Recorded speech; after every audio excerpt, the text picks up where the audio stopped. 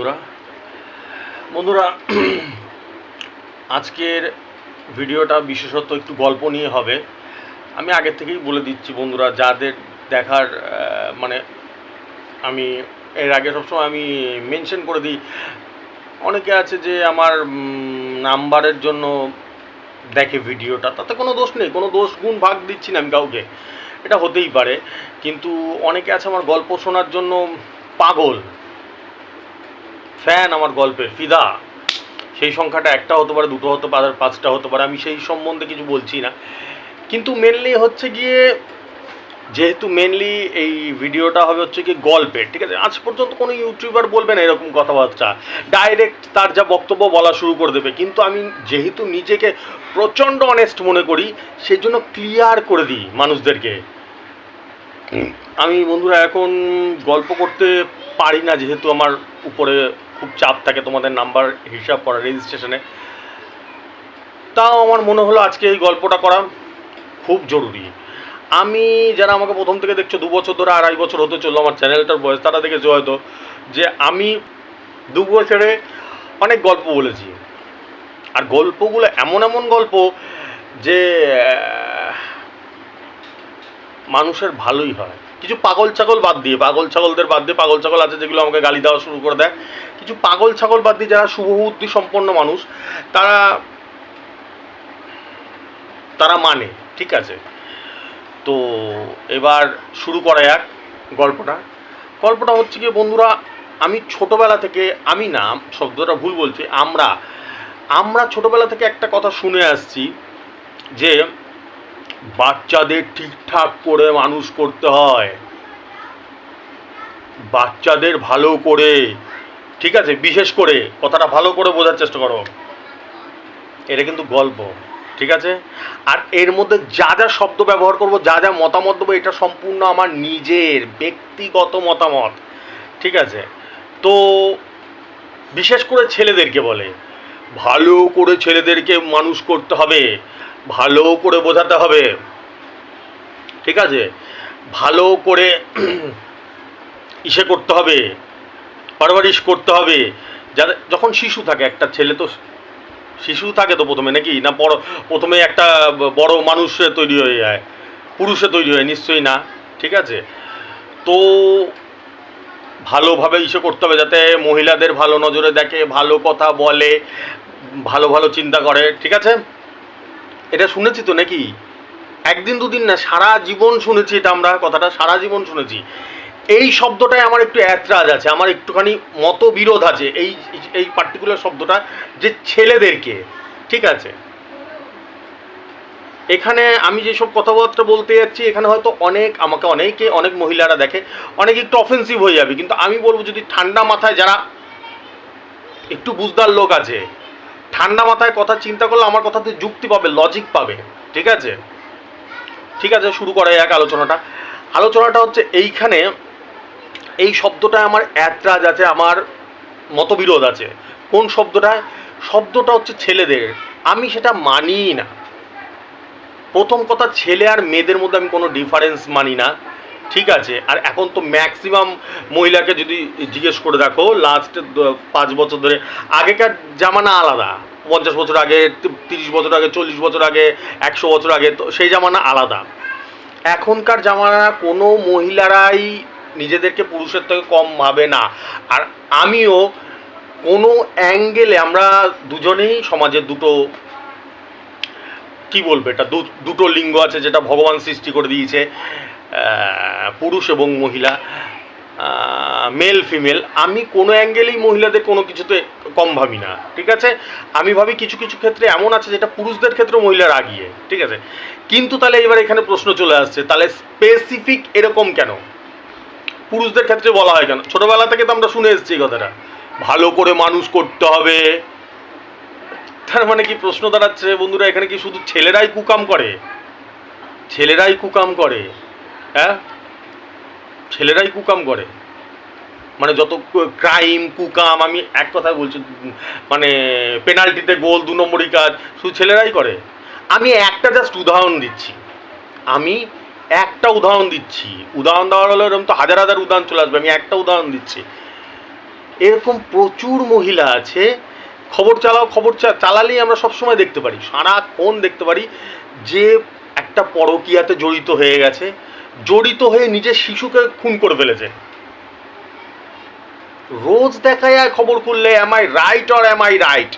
ঠিক আছে, তাহলে এইবার প্রশ্নটা দাঁড়াচ্ছে হচ্ছে গিয়ে, আমি কিন্তু এটা একবারও বলছি না সব মহিলাই করছে, বা রেপ সব পুরুষরাই করছে। একটা পুরুষ রেপ করছে মানে সব পুরুষরা, পৃথিবীতে যত পুরুষ আছে সব রেপিস্ট, সব রেপ করে বেড়াচ্ছে? না, এটা ভুল ধারণা একদম। এটা আমার ব্যক্তিগত মতামত, তোমাদের হয়তো মতামত আলাদাই হতে পারে, এটা সম্পূর্ণ আমার ব্যক্তিগত মতামত। তাহলে এইখানে কথাটা দাঁড়িয়ে পড়া উচিত আমার মতে, আমার ছেলেকে যদি আমি শেখাই তাহলে আমার মেয়েকেও শেখানোর দরকার যে বড় হয়ে বাবা হ্যাঁ যাই করো সেটা তোমার ব্যক্তিগত ব্যাপার, তুমি ঝালমুড়ি খাবে না বাঁধাকপি খাবে, কাউকে খুন করো না, এটা চরম অপরাধ। এটা উচিত কি না বন্ধুরা বলো? খুন তো করে, নিজের পেটের সন্তানকে খুন করে, এরকম প্রচুর উদাহরণ আছে, খবর চালালেই বেরাবে। আমি কিছু এরম না যে নিজে বানিয়ে বলছি তোমাদেরকে, আমি খুব সেন্সিটিভ শব্দ ব্যবহার করছি আজকের ভিডিওগুলোতে, ঠিক আছে, কিন্তু বোঝার আছে, এরকম না যে আমি নিজে বানিয়ে এগুলো তথ্যগুলো দিচ্ছি না, ঠিক আছে, বোঝাতে পারলাম? একটা মেয়েকে একটা ছেলে রেপ করছে, রেপ করে খুন করছে, সেটা কিন্তু মানে ভয়ঙ্করতম, জঘন্য। সেটা আমি বলছি না বাহ কত তারিখ, কেউ বলে না সেটা কি সুন্দর কাজ করেছে মালায় পড়াও না, কিন্তু একটা পেট থেকে যাকে জন্ম দিয়েছে সে পরকীয়ার চক্করে একটা মহিলা তার নিজের সন্তানকে খুন করছে, এইটাও কিন্তু মারাত্মক ক্রাইম। মানে একটা সাংঘাতিক ভাবনা আমাদের মাথায় আসে না, সাধারণ মানুষের মাথায় আসে না, ঠিক আছে। এইবার আলোচনার মূল বিষয়ে আমি যাচ্ছি, যেখানে মূল সাবজেক্ট আমার বলার বক্তব্য। আমার জন্মটা তো অবশ্যই ফ্যাক্টর করে, পরবরিশটা যেটা পরিচালনাটা অবশ্যই অনেকটাই ফ্যাক্টর করে, আমি সেটা বলছি না একবারও, আমি সেই জায়গাটাতে যাচ্ছি না যে না ওইগুলো কোনো, অবশ্যই করে। কিন্তু বন্ধুরা কোনো যখন একটা নিশ্চয়ই কোনো শিশু রেপ করতে যায় না, একটা 2 বছরের বাচ্চা, ছেলে বাচ্চা, মেল বেবি নিশ্চয়ই রেপ করতে যায় না, সেটা নিশ্চয়ই 20 বছর বয়স হতে হবে, 40 বছর বয়স হতে হবে, তাই তো নাকি? আমি কিছু ভুল বলছি? নিশ্চয়ই না। তাহলে এইবার তার যখন 20 বছর বয়স, 18 বছর বয়স, কি 30 বছর বয়স, কি 40 বছর বয়স, কি 80 বছর বয়স, ভালো করে বুঝবে, এই জায়গাটা ভালো করে বুঝবে কিন্তু, ঠিক আছে। বা মহিলাদের ক্ষেত্রেও যেই আমি উদাহরণটা দিয়েছি, একটা তুমি খাচ্ছ, ধরো তুমি মাংস খাচ্ছ বা রসগোল্লা খাচ্ছ, খেতে খেতে তুমি বুঝবে না ভাই, তুমি বুঝবে না তোমার পেটটা কতক্ষণ খেতে পারবে, কতটা পরে পেট ভরে যাবে, পেট বাসটা, হ্যাঁ হ্যাঁ বুঝতে পারো তো? হ্যাঁ, ভগবান এই ব্রেনটা দিয়েছে, মাথাটা দিয়েছে চিন্তা ভাবনা করা, তাই তো? সবাই বুঝতে পারে। এরকম আছে পৃথিবীতে কেউ যে পেট ফেটে যাবে, মরে যাচ্ছে, খেয়েই যাচ্ছে, এদিকে পেট ফেটে অবস্থা টাইট, এরকম কেউ নেই। হয়তো মানুষ একটু বেশি খেয়ে ফেলে, একটু কম খেয়ে ফেলে, কিন্তু খেতে খেতে মরে গেল, কিন্তু এরকম কেউ নেই। তার মানে কি আমরা অ্যানালাইসিস করতে পারি। এইবার প্রশ্ন এখানে দাঁড়িয়ে পড়ছে যে আমি যখন তার পেটে একজন মানুষকে গিয়ে খুন করবো, পেটে চাকু ঢুকাবো কি গুলি করব তাকে, তা আমরা জানবো না যে এই মানুষটা মরে যাবে? অ্যাবসোলুটলি রাইট, আমরা জানবো, মানে যে করছে সে ভালো করে জানে সে মরে যাবে এবং তাকে মারতেই যাচ্ছে, ঠিক আছে। এইবার আমার ভিডিওটা যেটা দিয়ে শুরু হয়েছিল বন্ধুরা, আমার কথা এইখানেই যে কোনো মা বাবার এর মধ্যে দোষ নেই।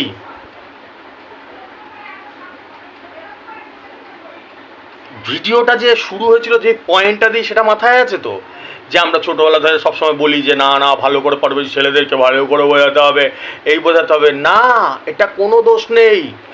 পৃথিবীতে এমন কোনো মা বাবা নেই বন্ধুরা, যদি আমি ভুল করি আমাকে তাহলে তোমরা মেসেজ করে জানাবে, আমি যদি কিছু ভুল বলে থাকি, এমন কোনো মা বাবা নেই যে তার সন্তানকে, ছোট শিশু যখন আস্তে আস্তে বড় হচ্ছে তাকে শেখাচ্ছে চল খুন করবি গিয়ে, চল রেপ করবি গিয়ে। Am I right or am I right? জীবনেও নেই কেউ এরকম। এইবার অনেকে বলতে পারে হ্যাঁ দাদা এই তো এরম তো একটা দেখেছি ওরম তো একটা দেখেছি, সেটা ব্যতিক্রম। ব্যতিক্রম মানে বোঝো তো, ব্যতিক্রমকে নর্মালের মধ্যে ধরা চলে না। হয়তো লাখে 10 লাখে 1 কোটিতে একটা ওরকম খ্যাপাসি যারা ওরকম শেখায়। আমি নেগেটিভ পজিটিভ সব দিক দিয়ে আলোচনাটা করলাম, ভালো করে এই জায়গাটা বুঝবে। কিন্তু এরকম কোনো বাবা মা নেই, সেটা যদি শ্রীলঙ্কান বাবা মা হয়, ইন্ডিয়ান বাবা মা হয়, জার্মানি বাবা মা হয়, আর যদি সে অস্ট্রেলিয়ান বাবা মা হয়, কেউ নেই যে ছোট শিশুকে শেখাবে রেপ করবি গিয়ে, রেপ করবি বড় হলে গিয়ে রেপ করবি মেয়েদেরকে, আর গিয়ে সবাইকে খুন করবি, বোম মারবি, উড়িয়ে দিবি, কেউ শেখায় না। তাহলে এখানে ক্লিয়ার হয়ে যাচ্ছে, যদি আমরা এই জায়গাটা এই যে জিনিসটা মানি তাহলে ক্লিয়ার হয়ে যাচ্ছে যে যেই ক্রাইমগুলো করছে তার নিজস্ব চিন্তা ভাবনার উপরে করছে।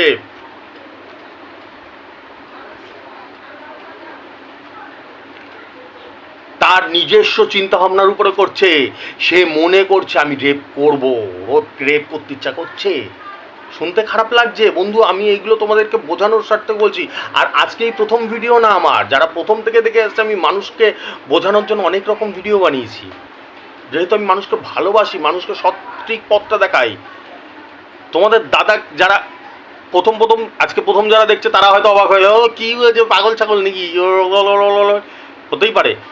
কিন্তু যারা আজকে 6 মাস ধরে, 1 বছর ধরে, 2 বছর ধরে দেখে যাচ্ছে, জানে দাদার চরিত্রের আরেকটা দিকও আছে। শুধু নাম্বারের জন্য বিখ্যাত না দাদা, দাদা তো নাম্বার তব তো দুনিয়া মানতা হয়। তাছাড়াও দাদা